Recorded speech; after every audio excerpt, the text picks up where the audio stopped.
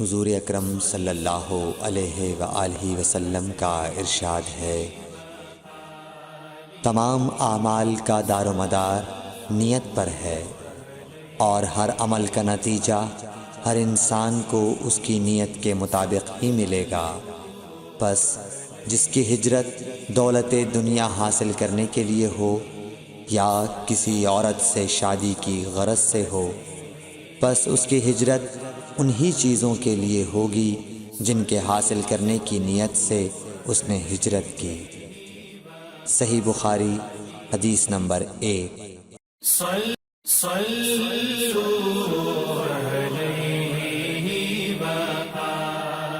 حضور اکرم صلی اللہ علیہ وآلہ وسلم نے فرمایا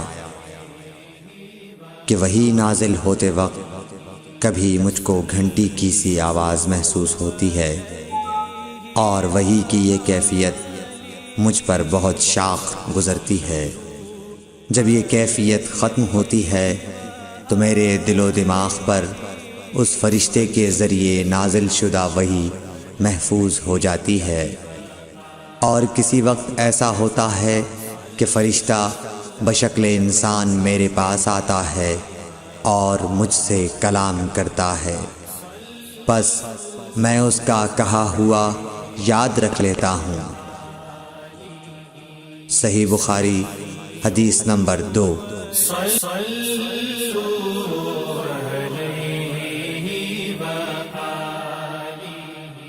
حضرت صلی اللہ علیہ وآلہ وسلم پر وحی کا ابتدائی دور اچھے سچے پاکیزہ خوابوں سے شروع ہوا۔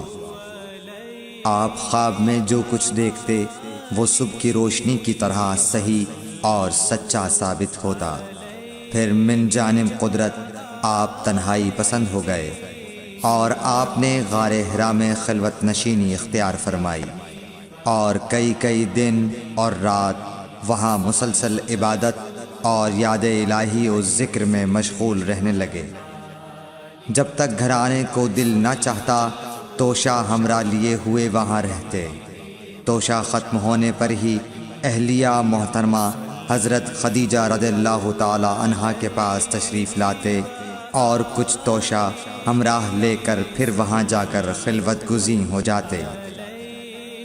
یہی طریقہ جاری رہا یہاں تک کہ آپ پر حق منکشف ہو گیا، اور آپ غار حرا ہی میں قیام پذیر تھے کہ اچانک حضرت جبرائیل علیہ السلام آپ کے پاس حاضر ہوئے اور کہنے لگے کہ اے محمد پڑھو۔ آپ فرماتے ہیں کہ میں نے کہا کہ میں پڑھنا نہیں جانتا۔ آپ صلی اللہ علیہ وسلم فرماتے ہیں کہ فرشتے نے مجھے پکڑ کر اتنے زور سے بھینچا کہ میری طاقت جواب دے گئی۔ پھر مجھے چھوڑ کر کہا پڑھو۔ میں نے پھر وہی جواب دیا کہ میں پڑھا ہوا نہیں ہوں۔ اس فرشتے نے مجھ کو نہایت ہی زور سے بھینچا کہ مجھ کو سخت تکلیف محسوس ہوئی۔ پھر اس نے کہا کہ پڑھ۔ میں نے کہا میں پڑھا ہوا نہیں ہوں۔ فرشتے نے تیسری بار مجھ کو پکڑا اور تیسری مرتبہ پھر مجھ کو بھینچا، پھر مجھے چھوڑ دیا اور کہنے لگا کہ پڑھو اپنے رب کے نام کی مدد سے جس نے پیدا کیا اور انسان کو خون کی پھٹکی سے بنایا۔ پڑھو اور آپ کا رب بہت ہی مہربانیاں کرنے والا ہے۔ پس یہی آیتیں آپ حضرت جبرائیل علیہ السلام سے سن کر اس حال میں غار حرا سے واپس ہوئے کہ آپ کا دل اس انوکھے واقعے سے کانپ رہا تھا۔ آپ حضرت خدیجہ کے ہاں تشریف لائے اور فرمایا کہ مجھے کمبل اوڑھا دو، مجھے کمبل اوڑھا دو۔ لوگوں نے آپ کو کمبل اوڑھا دیا۔ جب آپ کا ڈر جاتا رہا تو آپ نے اپنی زوجہ محترمہ حضرت خدیجہ رضی اللہ تعالی عنہا کو تفصیل کے ساتھ یہ واقعہ سنایا، اور فرمانے لگے کہ مجھ کو اب اپنی جان کا خوف ہو گیا ہے۔ آپ کی اہلیہ محترمہ حضرت خدیجہ رضی اللہ تعالی عنہا نے آپ کی ڈھارس بندھائی اور کہا کہ آپ کا خیال صحیح نہیں ہے۔ اللہ کی قسم، آپ کو اللہ کبھی رسوا نہیں کرے گا۔ آپ تو اخلاق فاضلہ کے مالک ہیں، آپ تو کنبہ پرور ہیں، بے کسوں کا بوجھ اپنے سر پر رکھتے ہیں، مفلسوں کے لیے آپ کماتے ہیں، مہمان نوازی میں آپ بے مثال ہیں، اور مشکل وقت میں آپ امر حق کا ساتھ دیتے ہیں۔ ایسے اوصاف حسنہ والا انسان یوں بے وقت ذلت و خواری کی موت نہیں پا سکتا۔ پھر مزید تسلی کے لیے حضرت خدیجہ رضی اللہ تعالی عنہا آپ کو ورقہ بن نوفل کے پاس لے گئیں، جو ان کے چچا زاد بھائی تھے اور زمانہ جاہلیت میں نصرانی مذہب اختیار کر چکے تھے اور عبرانی زبان کے کاتب تھے۔ چنانچہ انجیل کو بھی حسب منشاء خداوندی عبرانی زبان میں لکھا کرتے تھے۔ انجیل سریانی زبان میں نازل ہوئی تھی، پھر اس کا ترجمہ عبرانی زبان میں ہوا۔ ورقہ اسی کو لکھتے تھے۔ وہ بہت بوڑھے ہو گئے تھے، یہاں تک کہ ان کی بینائی بھی رخصت ہو چکی تھی۔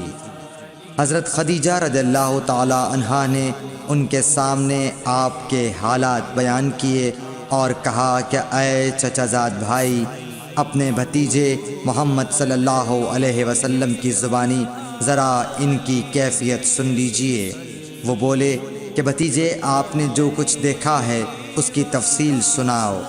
چنانچہ آپ صلی اللہ علیہ وآلہ وسلم نے از اول تا آخر پورا واقعہ سنایا، جسے سن کر ورقہ بے اختیار ہو کر بول اٹھے کہ یہ تو وہی ناموس معزز رازدان فرشتہ ہے جسے اللہ نے حضرت موسیٰ علیہ السلام پر وحی دے کر بھیجا تھا۔ کاش میں آپ کے اس عہد نبوت کے شروع ہونے پر جواں عمر ہوتا، کاش میں اس وقت تک زندہ رہتا جبکہ آپ کی قوم آپ کو اس شہر سے نکال دے گی۔